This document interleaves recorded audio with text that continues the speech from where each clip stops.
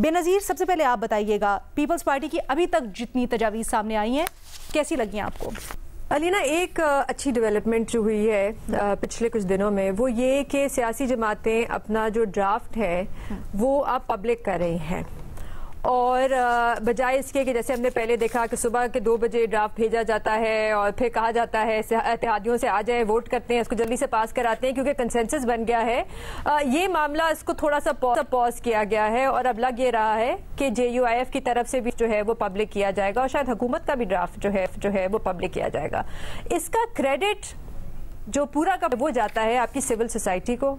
आपकी वकला को, आपके मीडिया को, जहां पे बहस हुई उस पे शोर मचा कि कोई ट्रांसपेरेंसी होनी चाहिए, सोशल मीडिया को जाता है जहां पे यहाँ पे बहस हुई, और उसकी वजह से आज हम देख रहे हैं कि सियासी जमातें जो हैं वो अपना ड्राफ्ट आवाम के सामने रख रही हैं ताकि उस पर कुछ बहस हो सके। इसका एक और क्रेडिट मैं देना चाहूंगी और वो कामरान मुर्तजा साहब को, क्योंकि मेरे ख्याल से शुरू से जब से ये मामला शुरू हुआ वो शुरू से बात कर रहे थे ट्रांसपेरेंसी की, और वो शुरू से यही कह रहे थे कि ये मामलात जो हैं आपको आवाम के सामने रखने चाहिए, ये ड्राफ्ट जो है इनको पब्लिक करना चाहिए ताकि इस पे बहस हो। और आज अगर हमें पता है कि पहला जो हुकूमत का ड्राफ्ट आया था उसमें असल में था क्या, आर्टिकल 8, 51, 106 के हवाले से, तो वो सिर्फ कामरान मुर्तजा साहब की वजह से पता, तो मैं उनको पूरा क्रेडिट देना चाहूंगी। अच्छा, ये जो 2-3 पेजेस हैं हमें नहीं पता कि ये मुकम्मल ड्राफ्ट है पीपल्स पार्टी का या नहीं।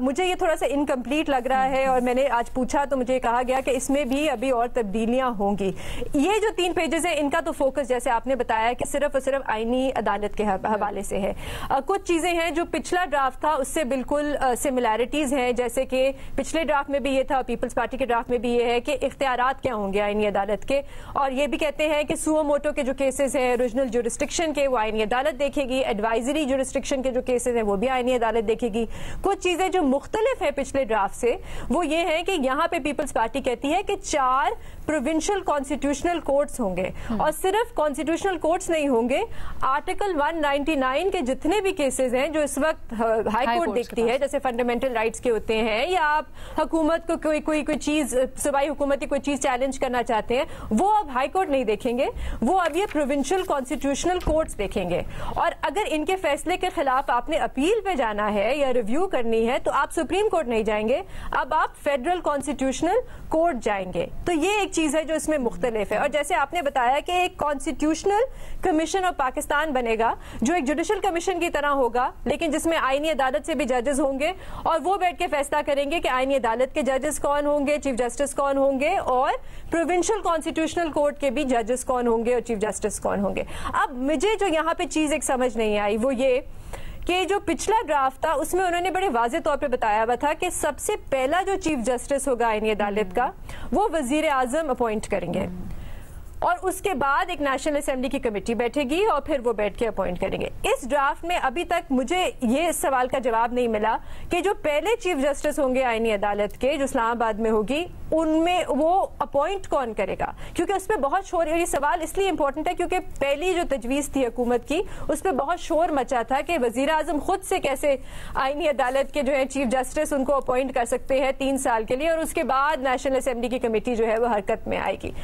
लेकिन घूम फिर के अलीना मेरे लिए जो सवाल है वो वहीं का वहीं रहता है कि क्या वाकई में पाकिस्तान के कॉन्टेक्स्ट में हमें एक आईनी अदालत की ज़रूरत भी है या नहीं, क्योंकि यहाँ पे हम जो सबसे बड़ी एक तनकीद रही है अदालतों के हवाले से वो मेरे लिए, और जो दुरुस्त एक तनकीद रही है वो ये कि अदालतें हुकूमत के मामलात में इंटरफेयर करती हैं। अदालतें जो है मुंतखब वजीर आजम को घर भेज देती हैं। नवाज शरीफ साहब की ये बात बिल्कुल दुरुस्त है कि 5 जजेस ने बैठ के फैसला कर दिया, एक इलेक्टेड वजीर आजम को घर भेज दिया। तो इस मामले को देखना सबसे ज्यादा मेरे ख्याल से और मेरी राय में सबसे जरूरी है, और मैं जानना चाहूंगी कि एक आईनी अदालत बनने से इस मामले का हल कैसे निकलता है। मेरे ख्याल से इसमें कोई गारंटी नहीं है। आप एक आईनी अदालत बना भी देते हैं, वजीर आजम खुद भी अपॉइंट कर लेते हैं जज, तो फिर भी कोई गारंटी नहीं है कि वो जो जजेस हैं वो किसी तीसरी कुव्वत के साथ मिलके हुकूमत को घर नहीं भेजेंगे, या वजीर आजम को घर नहीं भेजेंगे, या जुडिशल एक्टिविज्म नहीं करेंगे, या हुकूमत ملک کے معاملات میں مداخلت نہیں کریں گے.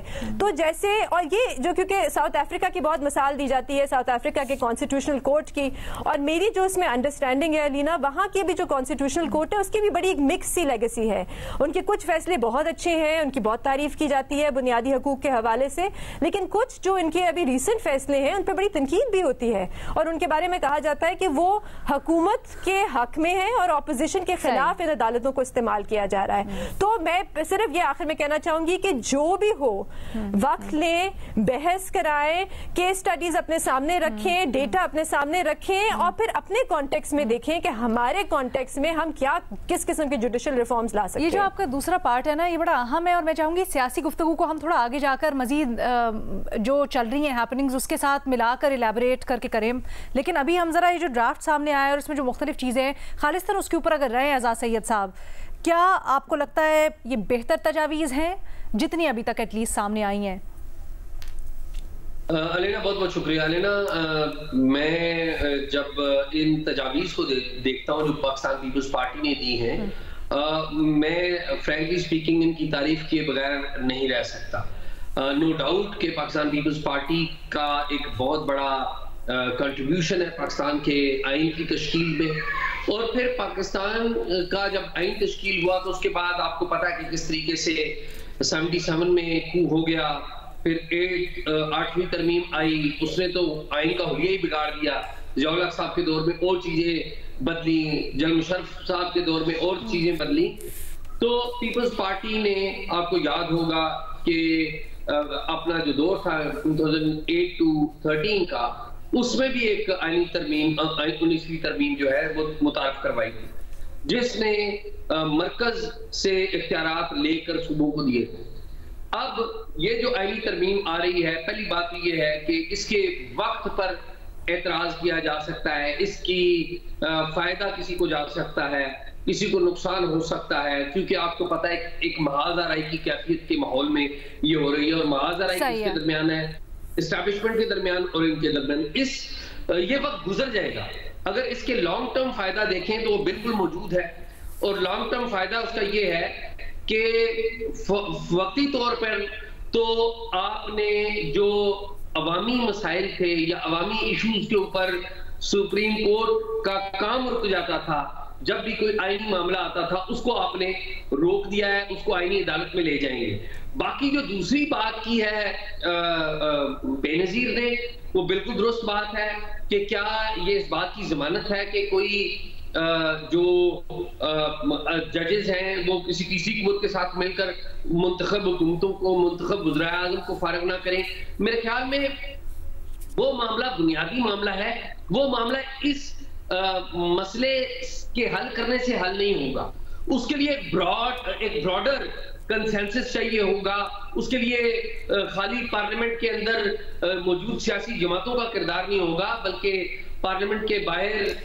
جو اسٹیبلشمنٹ ہے اور ان کا بھی اس کے لیے ایک آگے بڑھ کے آنا ضروری ہے, اور عدلیہ کا بھی آگے بڑھ کے آنا ضروری ہے. پہلے قدم کے طور پہ میں سمجھتا ہوں کہ یہ ٹھیک قدم ہے,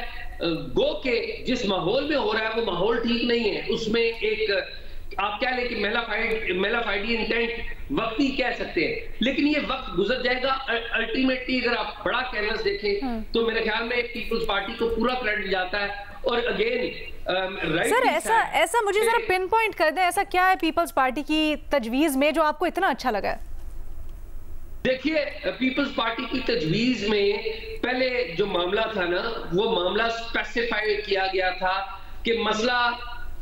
جو کہ مرکز میں عدلیہ کا اور اسٹیبلشمنٹ کا چل رہا تھا, تو یہ خالی ادھر تک لیمیٹڈ تھا. میرے خیال میں پیپلز پارٹی نے جو اس کو چاروں صوبوں تک ایکسٹینڈ کیا ہے, اور کانسٹیٹیوشن کمیشن کی جو بات کی ہے, میرے خیال میں یہ بڑی درست بات ہے. اور جو ججز کی تعیناتی کا جو طریقہ کار ہے اس کا نتائج آج دیکھ لیں نا, ججز کی تعیناتی کے جو ماضی کے طریقہ کار ہے ان کے نتائج آپ دیکھ لیں کہ ہمارے ججز کتنے مثالی ججز ہم نے پروڈیوس کیے ہیں. تو میرا یہ خیال ہے کہ یہ پارلیمنٹ نے جو بیٹھ کے آج ڈیسیجن لیا ہے, یہ مئی 2006 کا ڈیسیجن ہے چارٹر آف ڈیموکریسی کا. گو کہ چارٹر آف ڈیموکریسی کے جو باقی نکات ہیں उसके ऊपर ये सारी जमातें कठिन नहीं होगी। अच्छा, आपने कॉन्स्टिट्यूशनल कमीशन की बात की, मैं स्पेसिफिकली आपसे एक पॉइंट पूछ लेती हूँ। जो कमीशन में इन्होंने तब्दीली की है, और पहले तो सुप्रीम कोर्ट के जो जज हैं और चीफ जस्टिस हैं उनको नुमाइंदगी दी गई थी, अब वो भी ख़त्म कर दी गई, यानी कॉन्स्टिट्यूशनल कोर्ट की जो कमीशन है उससे बिल्कुल कोई सरोकार नहीं है, सुप्रीम कोर्ट के जजेस को एक साइड पे कर दिया गया है। क्या आपको लगता है ये दुरुस्त बात है? मेरे ख्याल में अलीना प्रॉब्लम ये हो गई है कि हम सारा जो हमारा सिस्टम है ना वो वन मैन शो के इर्द गिर्द घूमता है। आप अदलिया में देख लें तो वो वन मैन शो होकर रह गया है कि चीफ जस्टिस जो चाहे वो कर सकता है। आप एस्टैब्लिशमेंट देख लें, वहां पर वन मैन शो होकर रह गया है। आप पॉलिटिकल पार्टीज देख लें, वो वन मैन शो होकर रह गया। तो ये वन मैन शो खत्म करके इंस्टीट्यूशनल मैकेनिज्म बनने चाहिए। Institution sir, one man show की आपने बात की तो कमीशन को, जैसे मैं कह रही थी, उसमें एक जो रिटायर्ड जज लगाने वो भी इख्तियार चीफ जस्टिस को ही दिया गया है, यानी chief justice of the federal आईनी अदालत, उसके पास तो 2 सीट्स हो गई।